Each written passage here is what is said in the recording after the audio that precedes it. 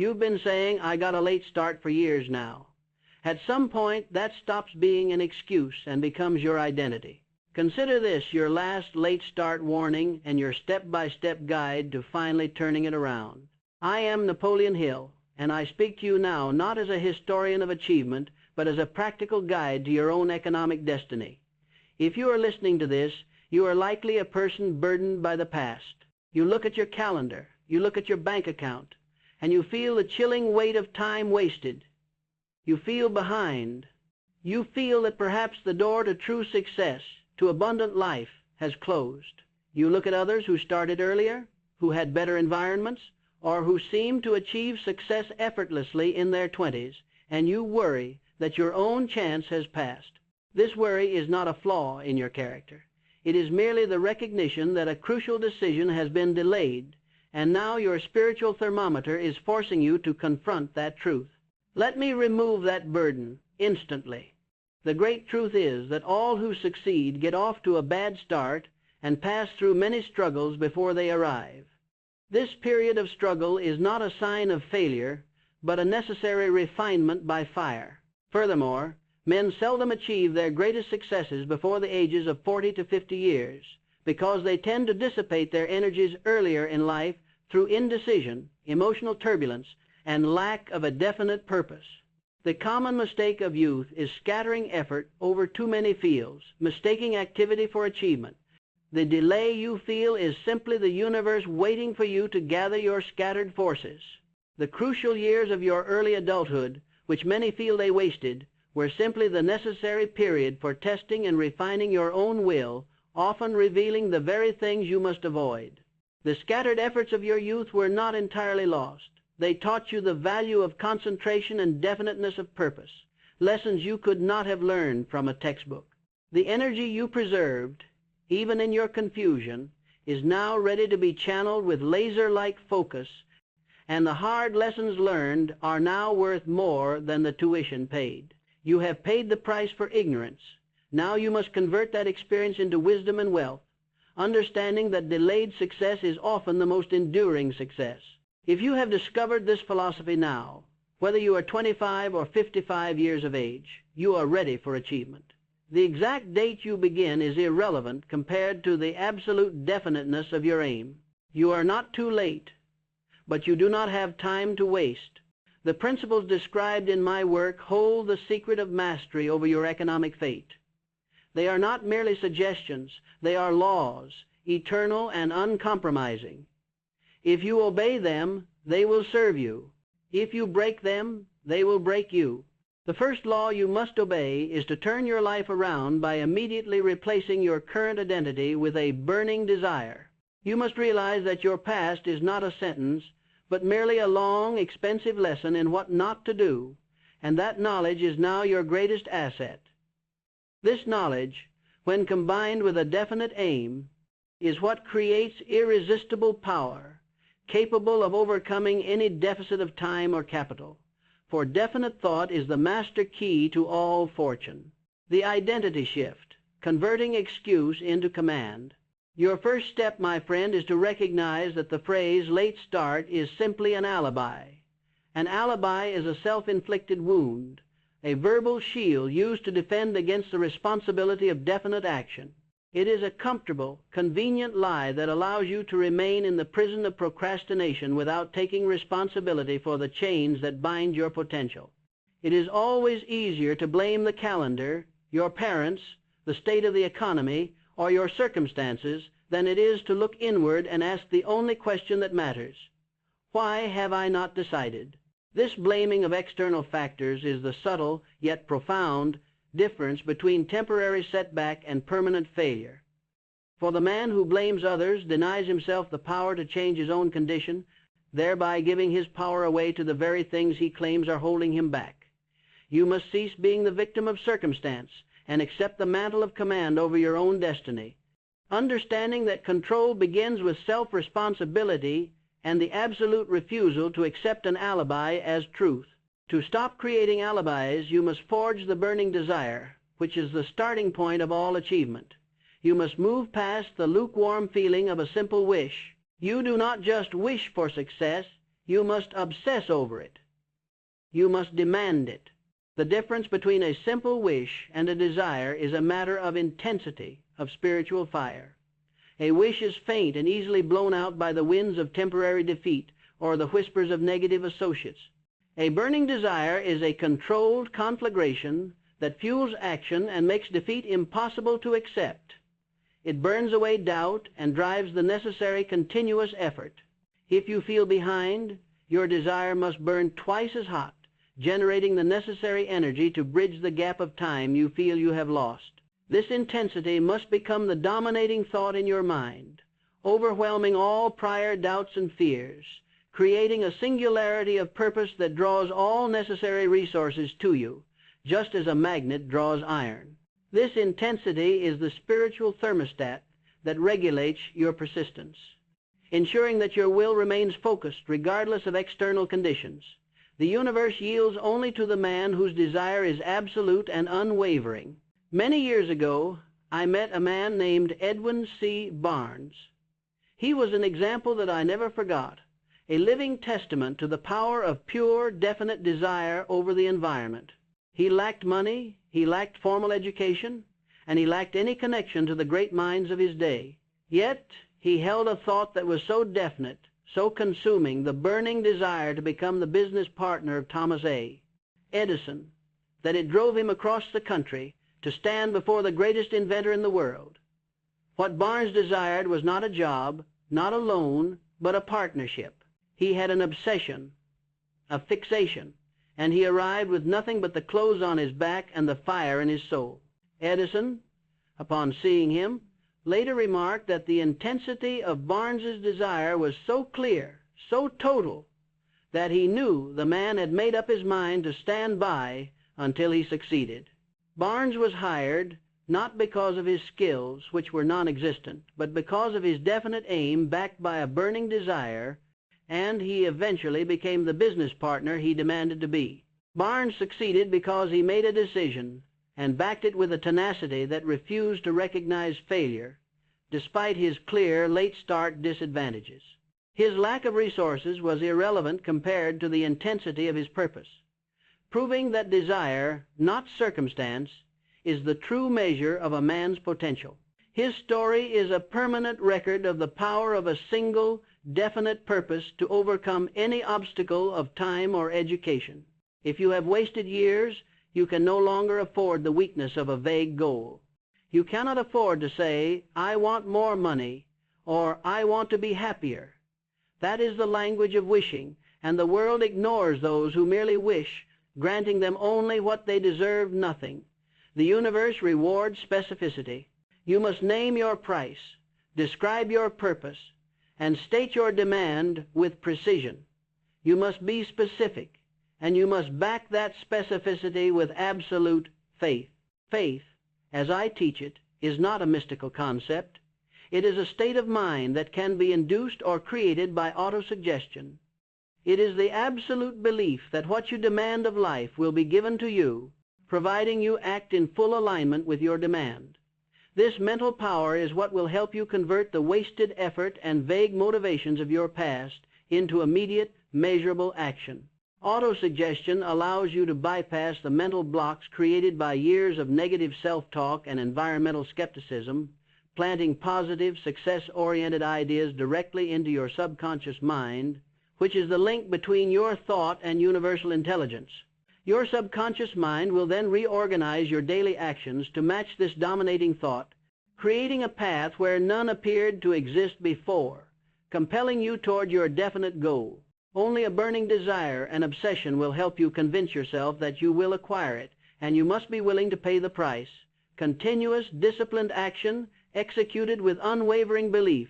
This commitment is the true antidote to the poison of a late start. The 6 steps for transmuting desire.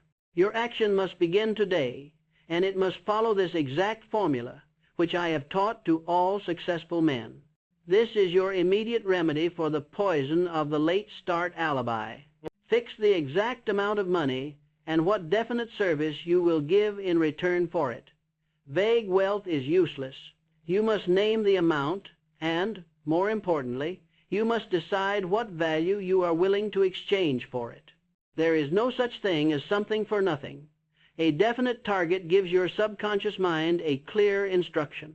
Without this exactness, the energy of your desire is scattered and ineffective, like a flashlight beam without focus. Establish a definite date for its possession. If you do not assign a time limit, your desire will forever drift in the realm of dreams.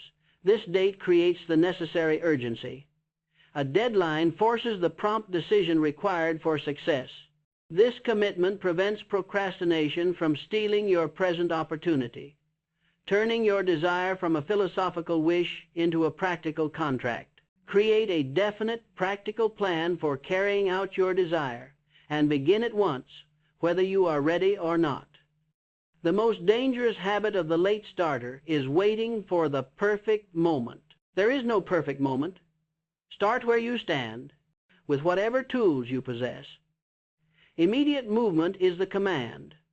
Postponing action until all knowledge is acquired is simply another form of indecision, a trap that has held you back long enough. You must build your ship as you sail it. Write out a clear, concise statement of your aim.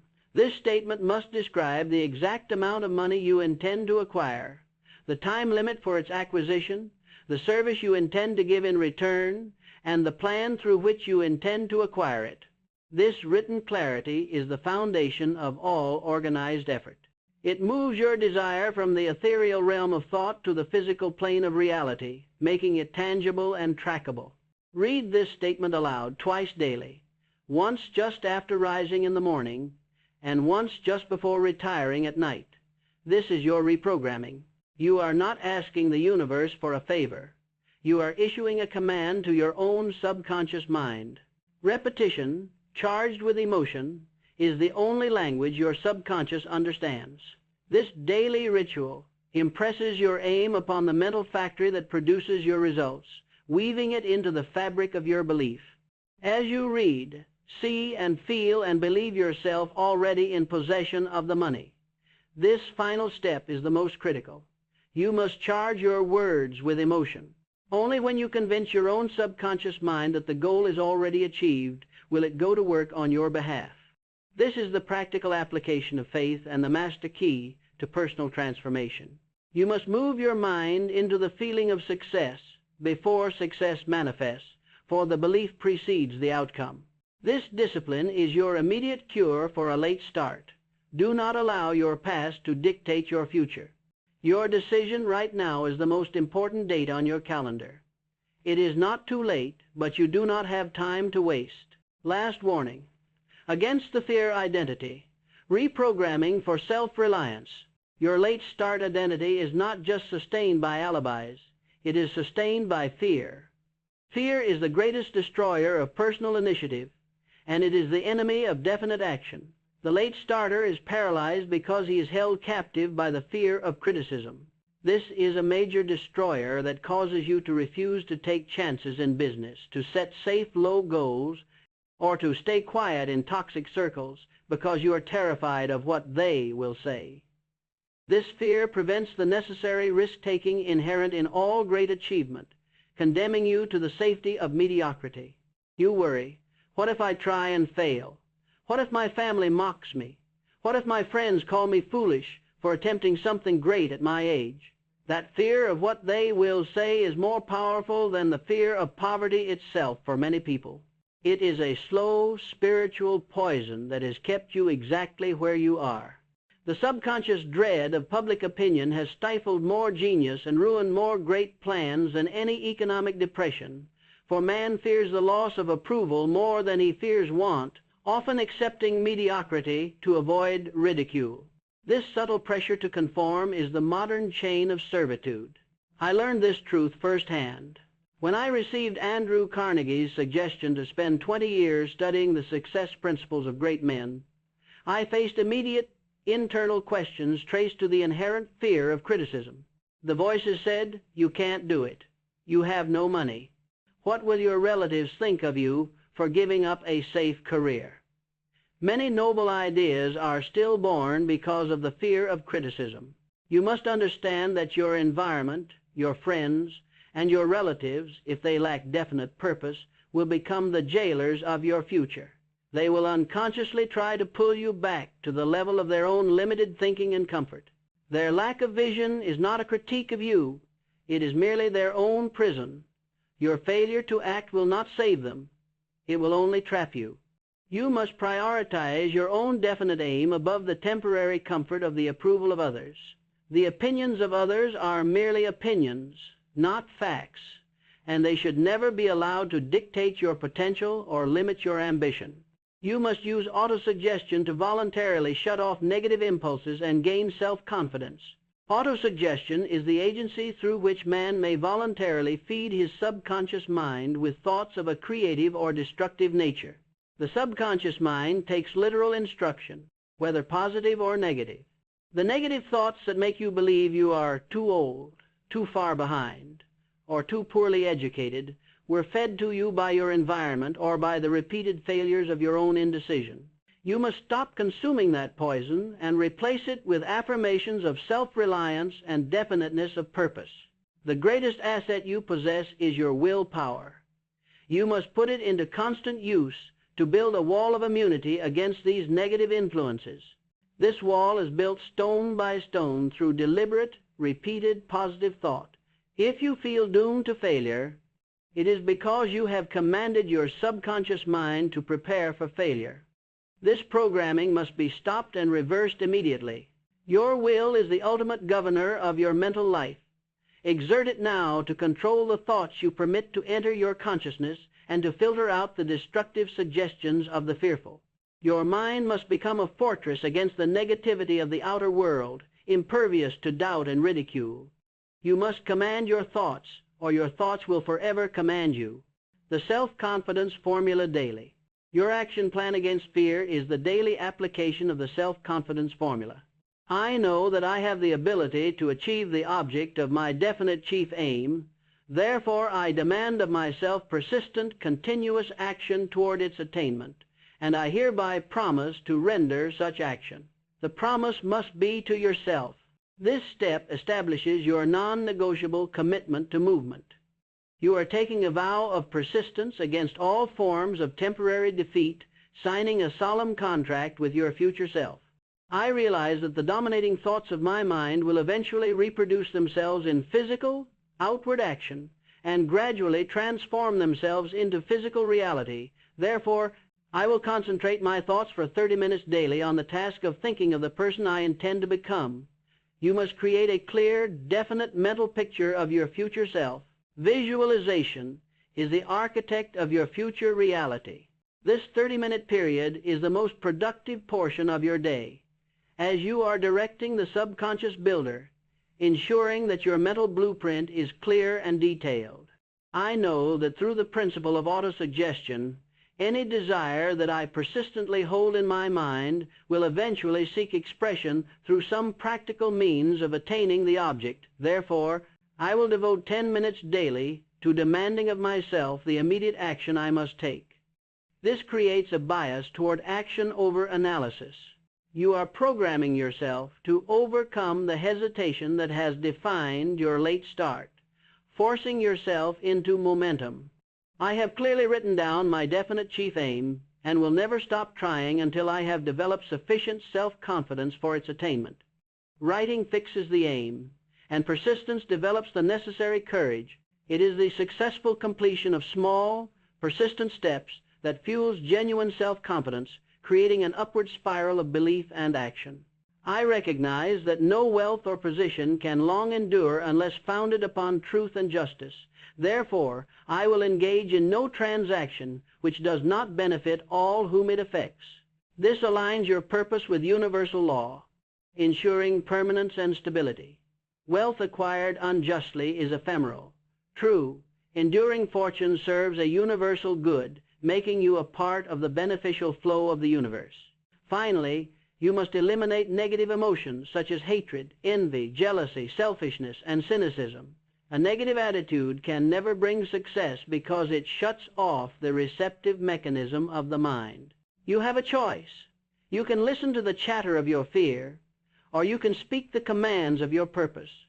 The voice of fear comes from the past. The voice of command comes from the future. Choose your voice and act now. Eliminating the procrastination identity, mastery of delay. If you have said late start for years, I tell you the honest truth. The root problem is indecision. Indecision is the seedling of fear. It is the silent, pervasive habit that poisons initiative and cripples ambition. You are behind not because you lack talent or intelligence, many brilliant minds fall short of their potential, but because you allow the most valuable asset you possess, time, to slip away through procrastination.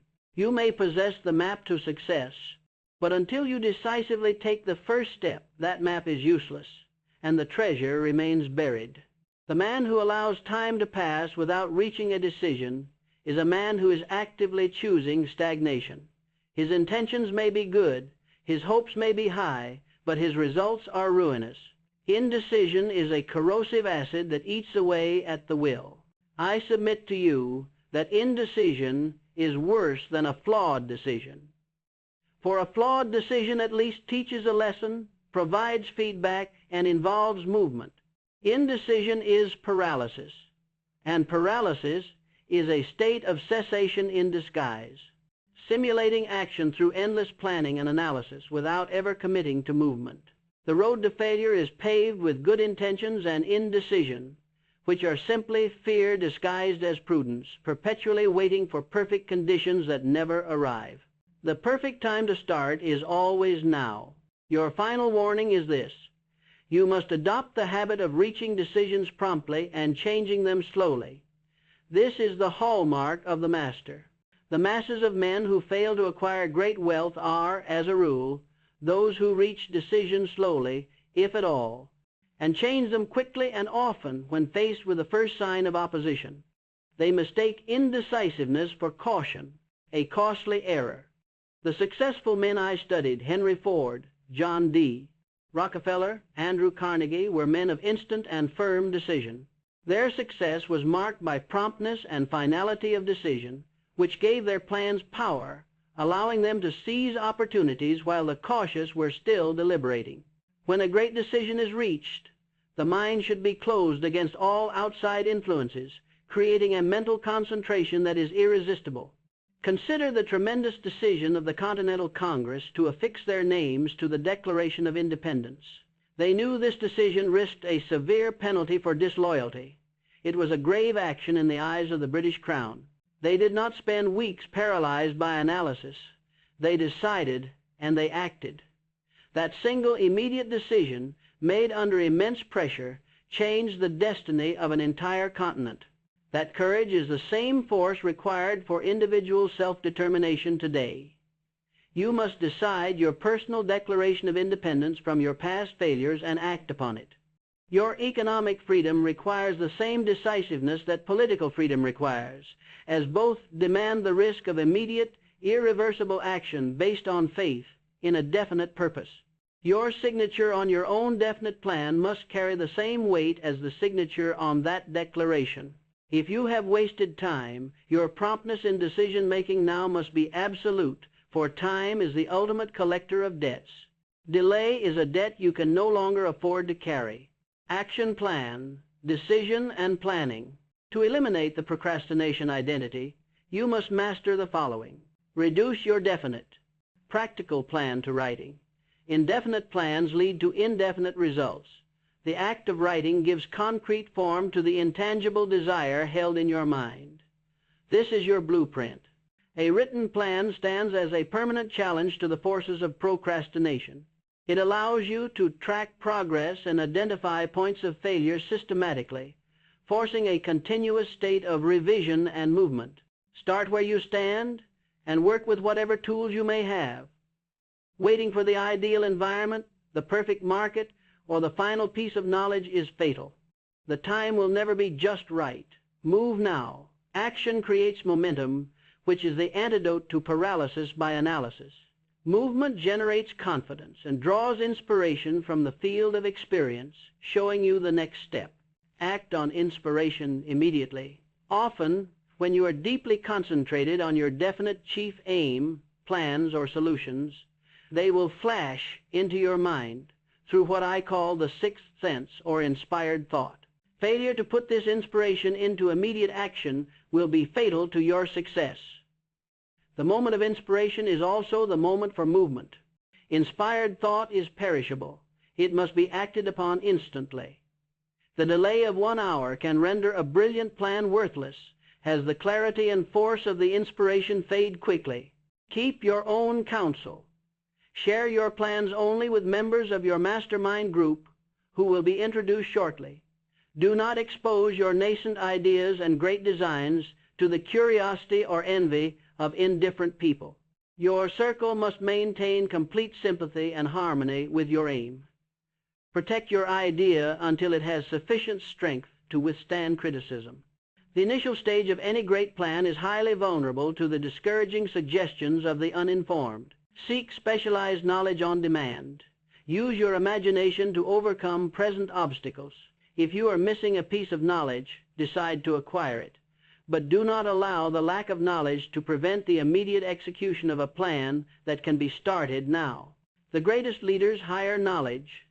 They do not wait years to acquire it all personally. Your job is organization, not necessarily exhaustive execution of every detail, meaning you can leverage the knowledge of others instantly.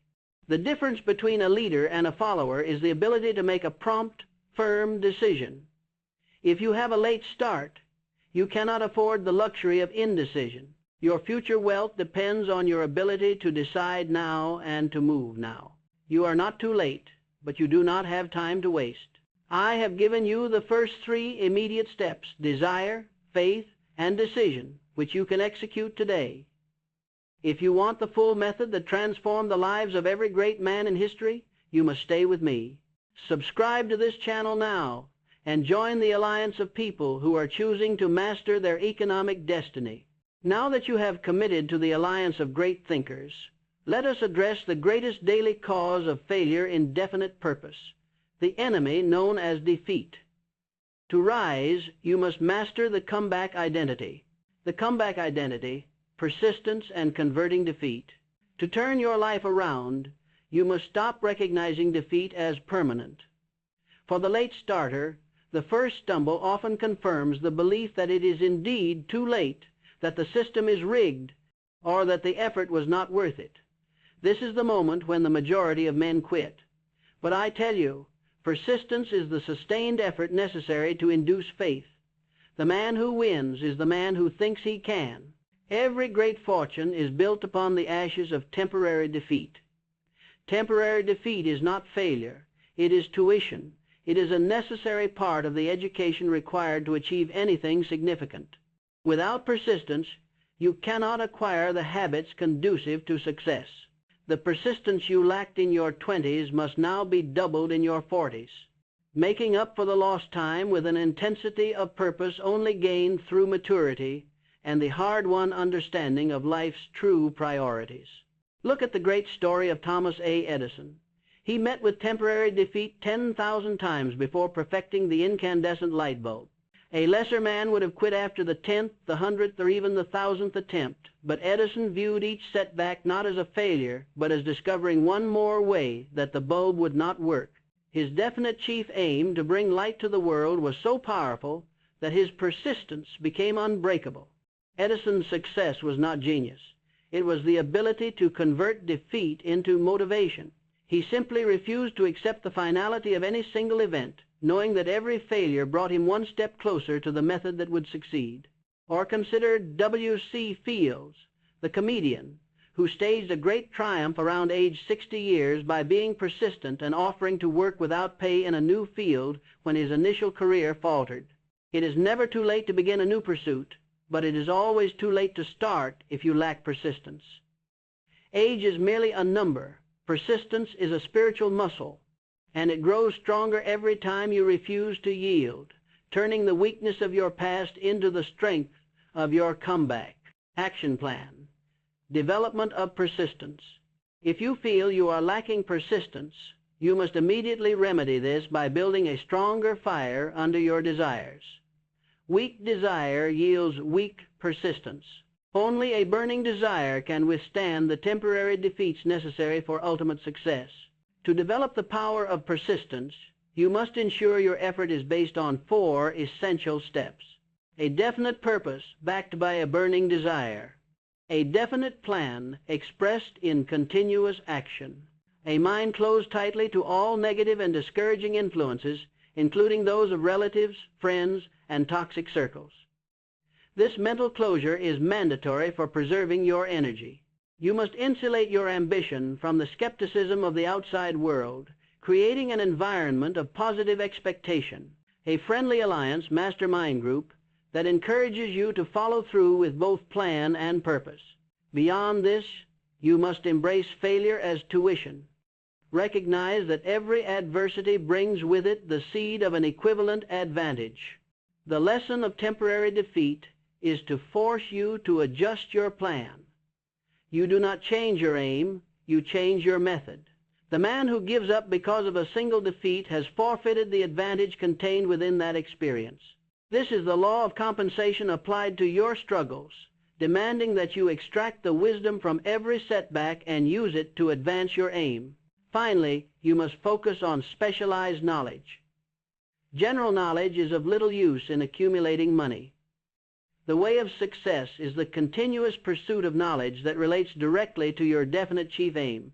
You must become an expert in the niche that serves your definite purpose, always seeking to learn and adapt your skill set to maintain your competitive edge. When marketing your personal services, which you are always doing, whether through a job or a business, you must apply the QQS formula as a habit. This is the practical measurement of the value you exchange for the wealth you demand. Quality. Perform every task with the highest degree of efficiency possible. Quality ensures that your work commands a higher price. It is the signature of the master, proving the depth of your personal commitment. Quantity. The habit of rendering all the services of which you are capable. Do not be a clock watcher. Be a standard setter. You must make the time you have remaining worth 10 times the labor of those who simply obey. Quantity ensures your market saturation and reach. It gives you the necessary volume to multiply your influence and build your reputation rapidly. Spirit of cooperation. A pleasant and harmonious attitude toward all you serve. Cooperation ensures the longevity of your business relationships. It is the magnet that attracts favorable circumstances and powerful allies, ensuring that others are eager to work with you. If you have a late start, you must be the most persistent and most efficient person in the room. You must overcome the deficit of time by delivering a surplus of value. You are not too late, but you do not have time to waste. The final turnaround. Organizing power and leveraging others. If you have spent years saying late start, you cannot afford to wait to acquire knowledge or power. You cannot spend another decade in a university or a library hoping to catch up. Power is organized and intelligently directed knowledge. It is the coordinated intelligence necessary to carry out your definite plan, giving you access to the accumulated wisdom of the ages. The only possible way to overcome a time and knowledge deficit is through the mastermind principle. This principle provides instant access to the capacity needed to turn your life around. A mastermind is the coordination of knowledge and effort between 2 or more people in a spirit of perfect harmony for the attainment of a definite purpose. It is the means by which you immediately multiply your own mental capacity by 2, 3, or 5 times, drawing on the mental resources of your chosen allies, making their education your own. Andrew Carnegie, the Steel King, understood this better than anyone.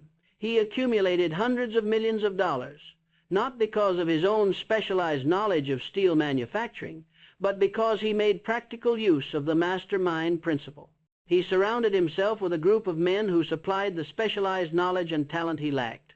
He organized the power of their minds to execute his definite chief aim. Carnegie demonstrated that the ability to organize knowledge is far more valuable than the knowledge itself. He understood that no single mind possesses all the essential ingredients for massive wealth, and that alliance is the quickest path to power. You may have limited schooling. You may feel inferior due to your age or lack of experience.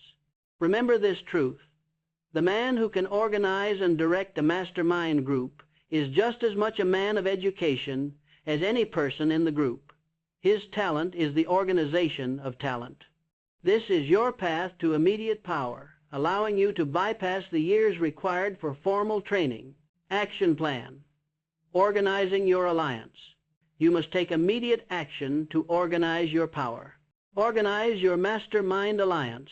Ally yourself with a group of people, 3, 5, or 7, who possess the specialized knowledge, experience, or influence you need for the creation and carrying out of your definite plan.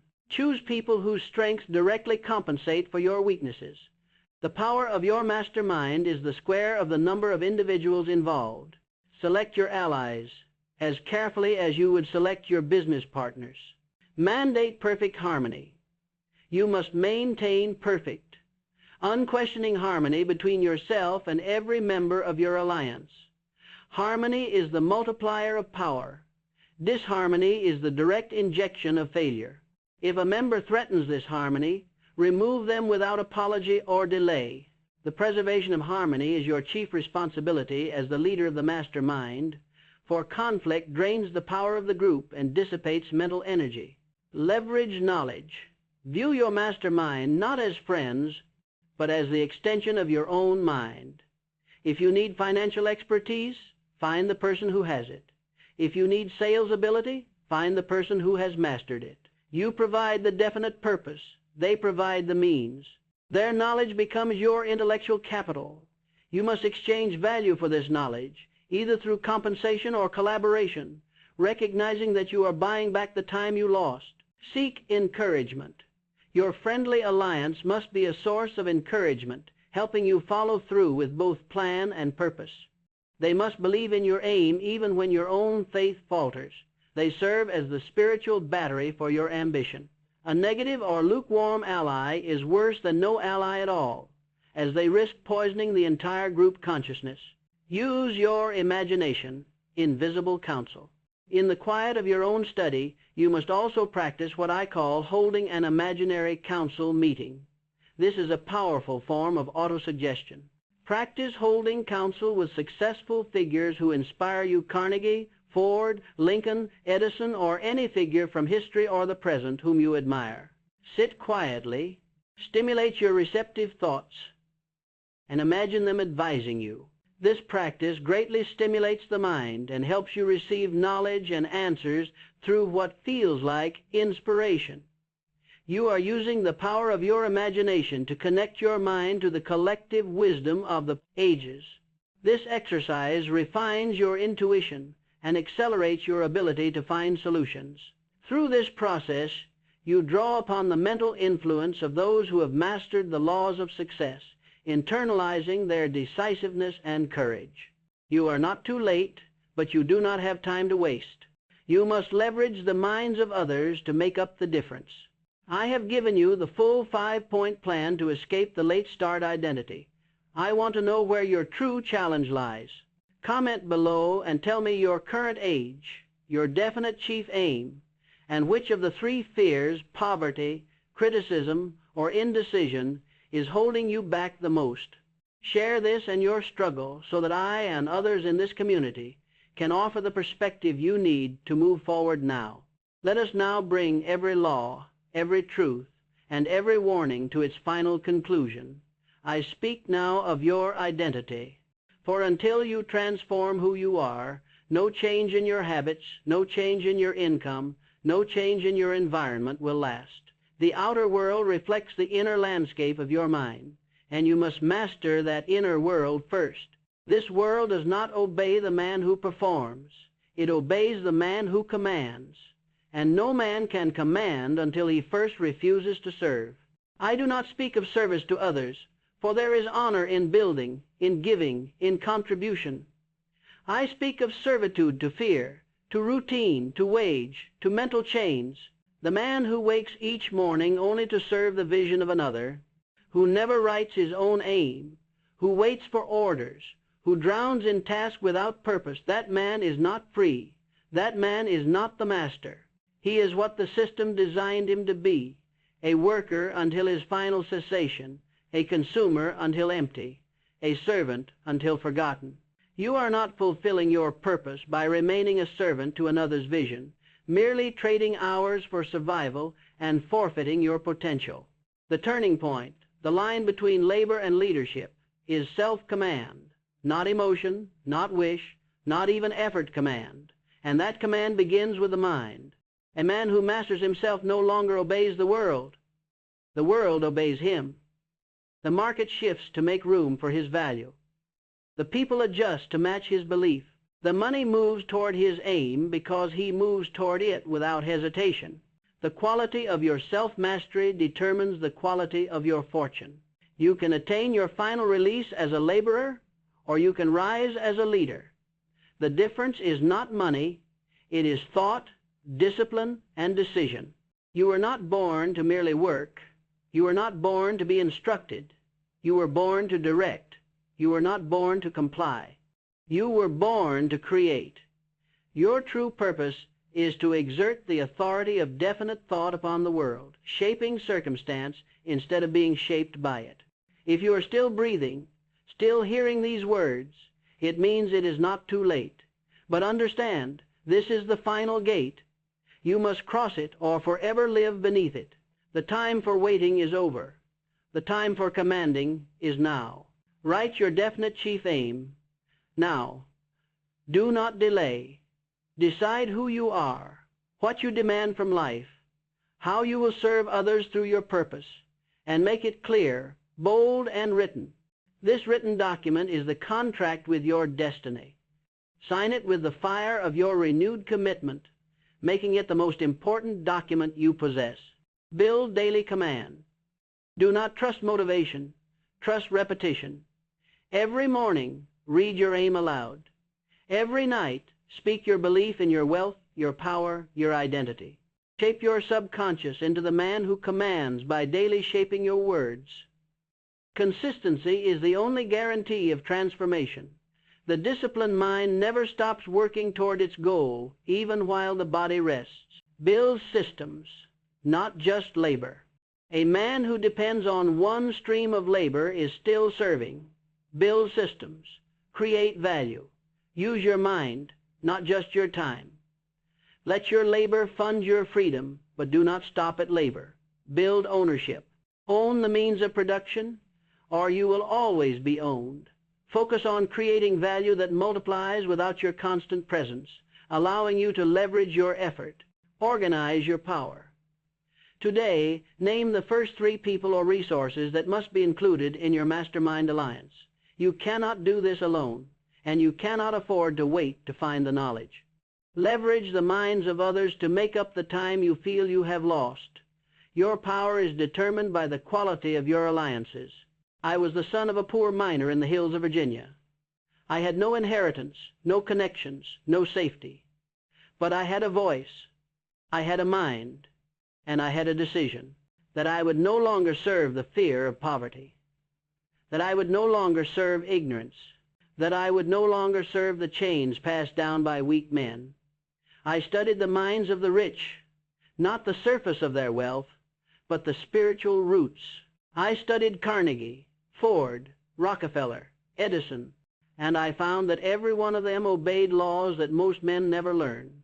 They mastered themselves, they decided, they acted, they repeated, and they became impossible to ignore. And by mastering thought, I became more than what the world expected of me.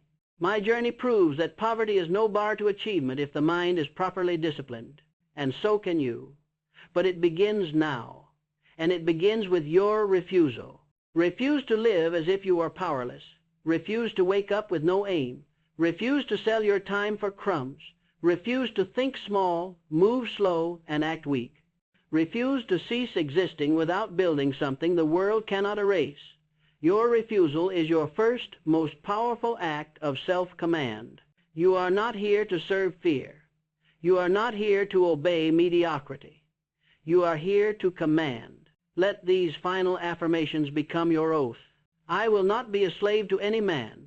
I was born to command wealth, not to work until my final cessation. Now walk, speak, build, and live. Live not as the man the world tried to make of you, but as the man you were always meant to become. If you know someone who feels stuck, someone who feels the pain of time wasted, Send this message to them now. This is the truth that separates the leader from the laborer. It is not too late for them, but they must hear this warning now. This is your beginning. This is your freedom. This is your new law. You are not too late. Start now. This channel walks with you.